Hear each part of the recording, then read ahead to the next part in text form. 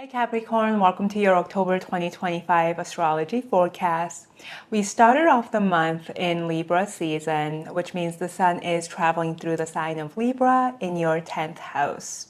This brings a lot of focus and attention to your career, ambitions, and just a general sense of what success means to you.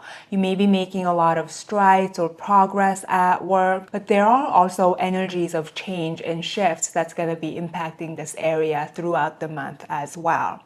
On October 4th, we had Venus in Virgo come to conjunct South Node in Virgo, and this happened in your 9th house.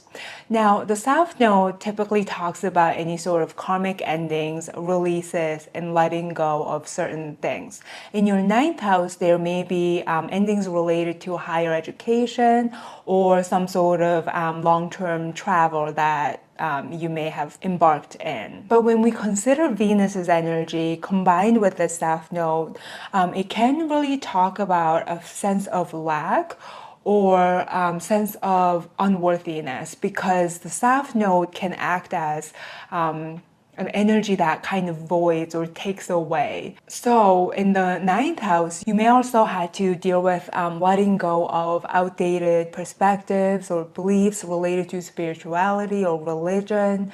There may have been a personal sense of insecurity related to your own sense of wisdom, world views, or beliefs and perspectives. That South Node, especially with Venus, can really bring to highlight areas where we feel insecure or there is a lack within us. But it really points to our personal values. So if we feel, for example, insecure about our intellectual abilities or even ability to articulate ourselves or to write, it's just letting you know that there is room for improvement and areas of self-development that is, calling for your attention.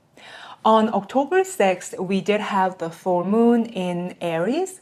When it's full moon, it's basically the sun and moon opposing one another. So there is combination related to possibly career matters or private family life, but there's some sort of tension related to your 4th and 10th house.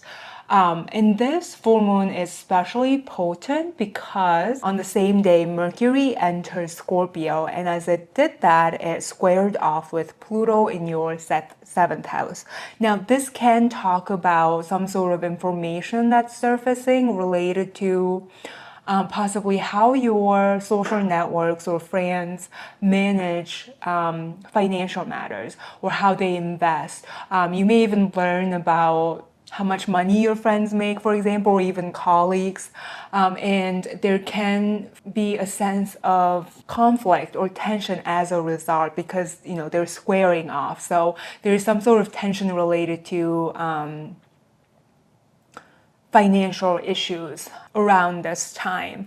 So as a result of this conflict, you may have to, deal with some sort of conflict or a sense of financial lack or instability. And this can stem from the financial environment that you grew up in or your family passed on to you, that kind of, motivate your career choices or your ambitions. So there's just this sense of conflict or tension related to you comparing yourself to other people related to financial matters, that's causing some sort of personal anger or frustration stemming from your childhood or your family dynamics, because you do have that Saturn and Neptune at the cusp of your 4th house with the moon in Aries traveling through it. So Aries is a Mars ruled sign reflecting conflict.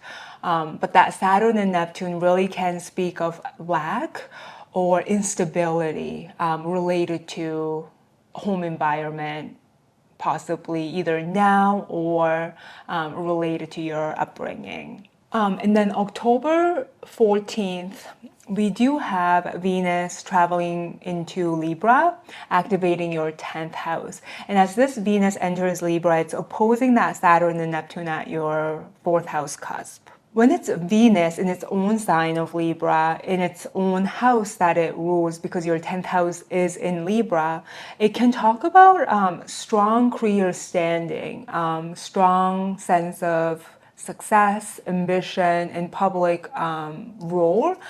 But something related to, your home environment, related to that Saturn and Neptune, just makes you doubt your progress at work. Possibly even just what you're currently doing, feeling like it's not good enough. You may even feel like you don't deserve what you have, or there's just a sense of self-doubt, insecurity when Venus is opposing Saturn and Neptune like this.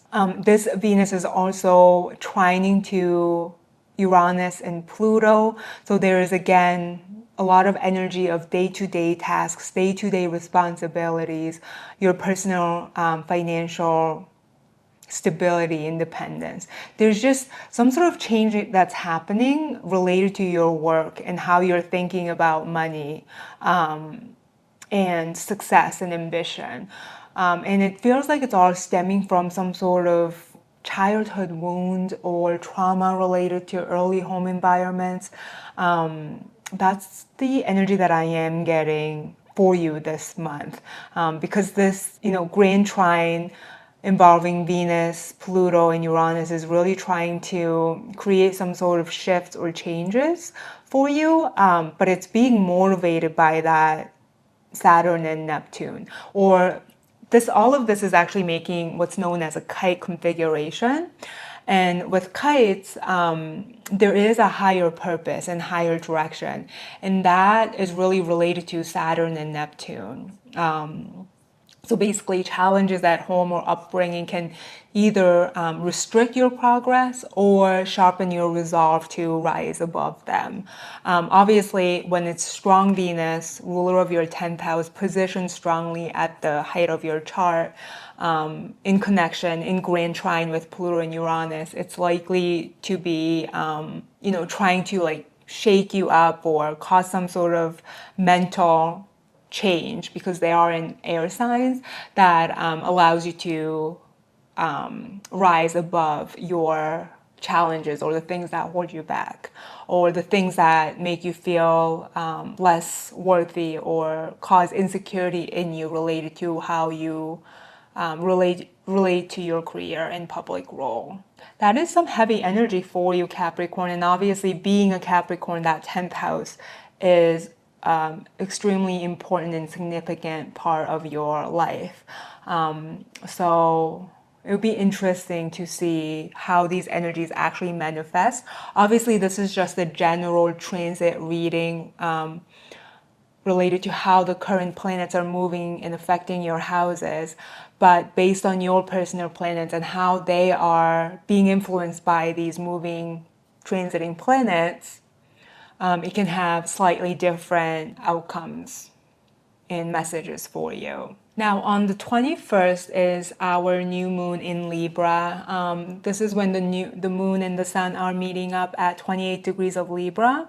And again, this is happening in your 10th house, but they're about a degree and a half away from your 11th house. And so this can talk about new beginnings or new kind of mentality related to how you view your social friendships or networks or your colleagues. There is some sort of tension-driven energy related to your friend groups or your colleagues. Because on the same day, Mercury and Mars are perfecting a conjunction in Scorpio in your 11th house.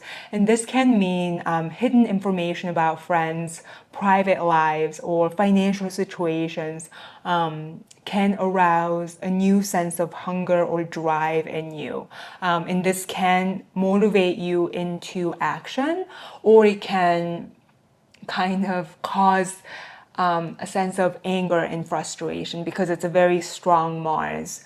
So be careful what kind of verbal dialogue that goes on during this time. Even if you receive information, definitely try not to react or respond immediately, because that Mars energy can be extremely impulsive, and you can end up saying things that you can't really take back.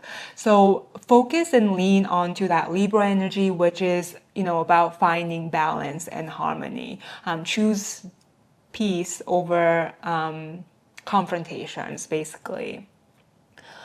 This month, strong Venus is really kind of like facing off with strong Mars. So those two energies are opposing. One is all about good relations, keeping the harmony and peace in group dynamics. The other is about speaking whatever comes into your mind, about conflict, fighting, and confrontations. So you really want to find a good balance, sticking to your own personal truths, but also choosing peace, especially if it's related to your career with all that Libra energy. But that Mars can also, if you are getting some sort of information that kind of, maybe you find out that like a colleague makes more money than you, even though you've been working for the same duration, same type of position, that can really arouse some sort of inner sense of conflict and tension.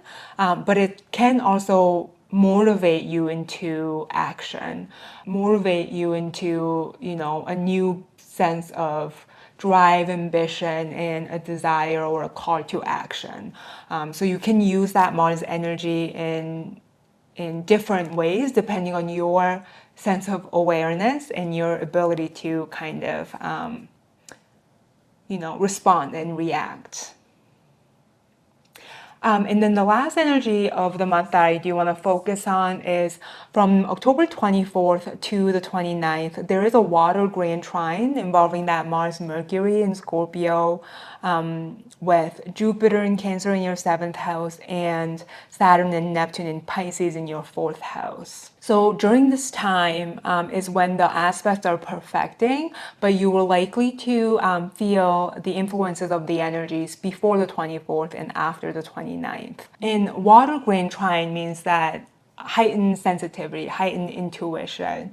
It can even talk about an opportunity for emotional healing related to family, childhood, or any sort of problems in your upbringing. Again, going back to that Saturn, Neptune energy in your 4th house. But Jupiter in Cancer really expands healing and rejuvenation, whereas the Mars and Mercury, there is new sense of direction and drive related to new information surfacing.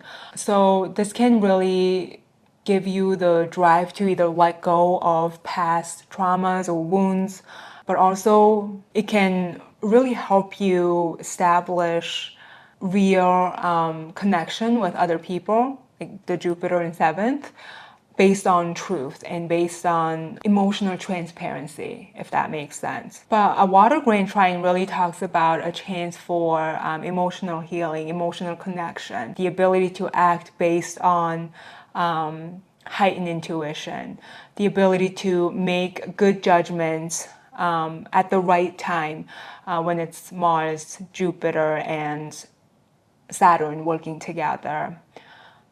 So you have a lot of potential for deepening of personal relationships based on emotional transparency and honest communication. I'd love to know how October turns out for you. Thanks for watching, and I hope the best for you.